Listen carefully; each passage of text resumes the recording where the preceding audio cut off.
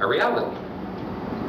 A 50 parts per million drawdown via agricultural and forestry practices seems plausible, but if most of the CO2 in coal is put into the air, no such natural drawdown of CO2 to 350 parts per million is feasible.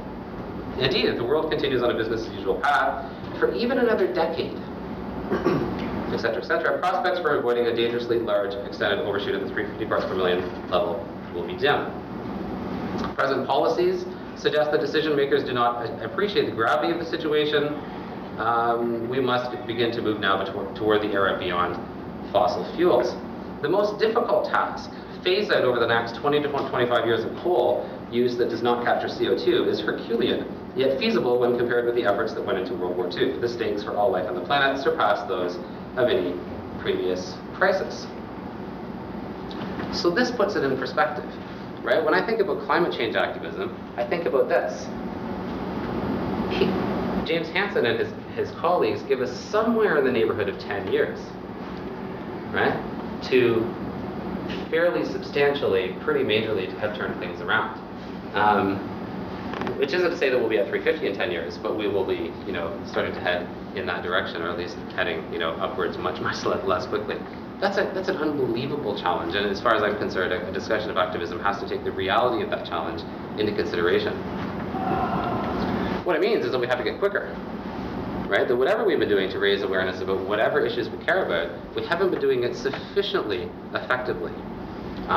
Even after Kyoto, for example, greenhouse gas emissions have just kept increasing, in fact, in most areas of the world, and our overall contribution to the climate has nowhere near halted or even started to decelerate or anything like that. So the point is that even fairly major changes that have been made, and even major international agreements that have been signed, have been extremely insufficient at best. So that's the somewhat pessimistic part of the story, which takes us to the box. The box is traditional environmentalism. Okay?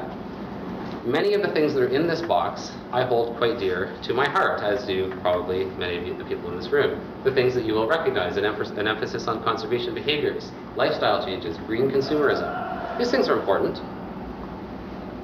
Catchy slogans. Disciplines like environmental philosophy. The whole idea of endangered species. Deep ecology. I should mention, deep ecology was one of the most transformative pieces of literature that I read at a particular time in my life. It had a huge influence on me as a person, but yet it hasn't been sufficient. Our heroes like Aldo Leopold and John Muir and Rachel Carson's Silent Spring, the idea of protecting the environment as though it's something separate from us that needs our protection, and we can separate ourselves from it, protest-based activism, raising awareness, all of these things are important. All of these things are things that we've been trying to do in the environmental movement about a century, right? And with some serious momentum for about half a century. And there haven't been even anywhere close to being successful enough, right? So the box is not enough, even though it's an important box. What lies outside the box? Well, this is the point. There's a whole bunch of things that lie outside the box, but it requires a bit of a shift in our thinking. In particular, it requires that, I think anyways, that we stop thinking about activism in terms of raising awareness, in terms of trying to get information across to people. Because if we do, well, we're only manipulating an extremely weak driver of human behavior change. The primary point is that activism needs to grow, needs to get very big, because it is ultimately all about numbers, right? The number of people involved in a cause, in a message, and whatever, determines whether or not the people themselves will feel embarrassed, whether they feel unsure of themselves and unwilling to talk to their peers or their parents or their teachers or whatever, right? Or whether they'll feel empowered. If there's a whole bunch of other people with them, it's quite empowering. The number of people that are involved in something also will determine how you're perceived by everybody else. Is an environmentalist perceived as a crazy tree hugger? Or are they perceived as a cool leader? Some of the research that's going on in my lab, or in my wife's lab right now, has shown that people's negative historical stereotypes about environmentalists have actually done environmentalists a lot of disservice, right? That environmentalists have, for example, often cultivated the image of the sort of crazy tree hugger, organic type person.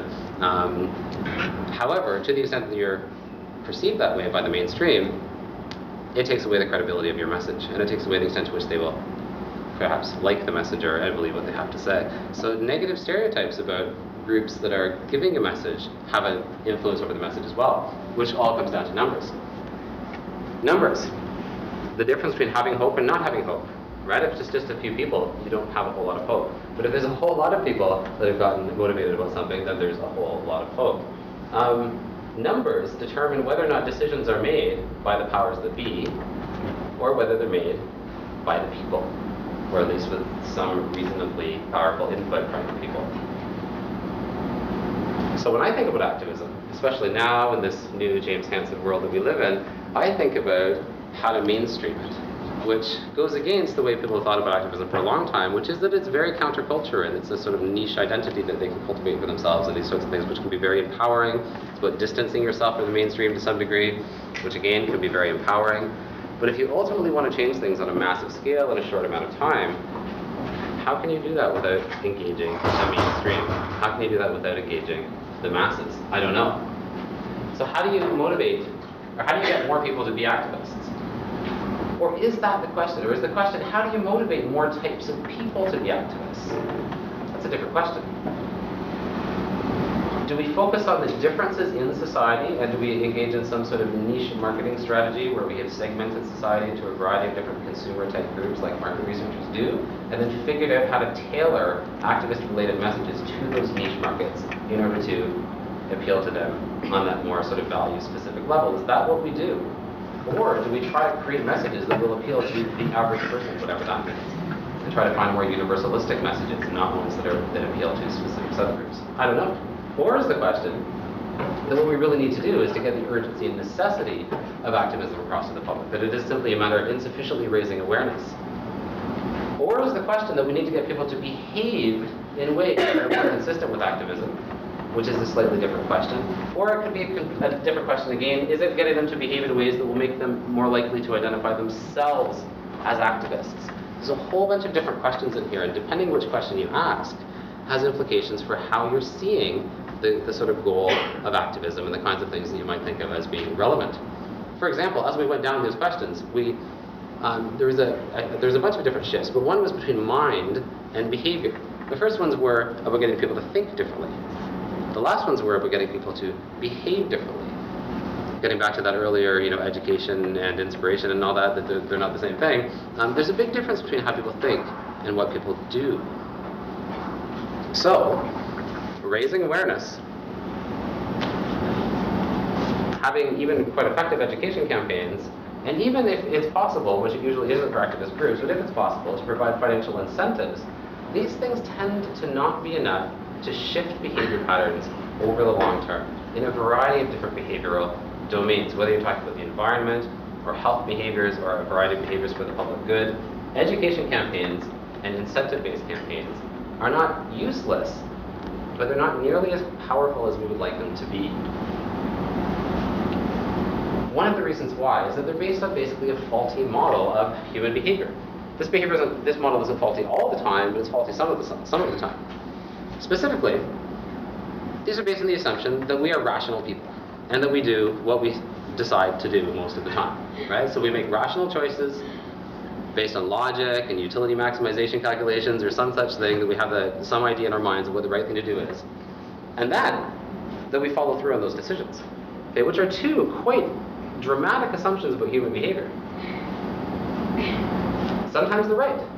So for example, here's Homer. And he says, I like beer. I'm going to go drink some. And this leads to Homer drinking beer. So that works really well.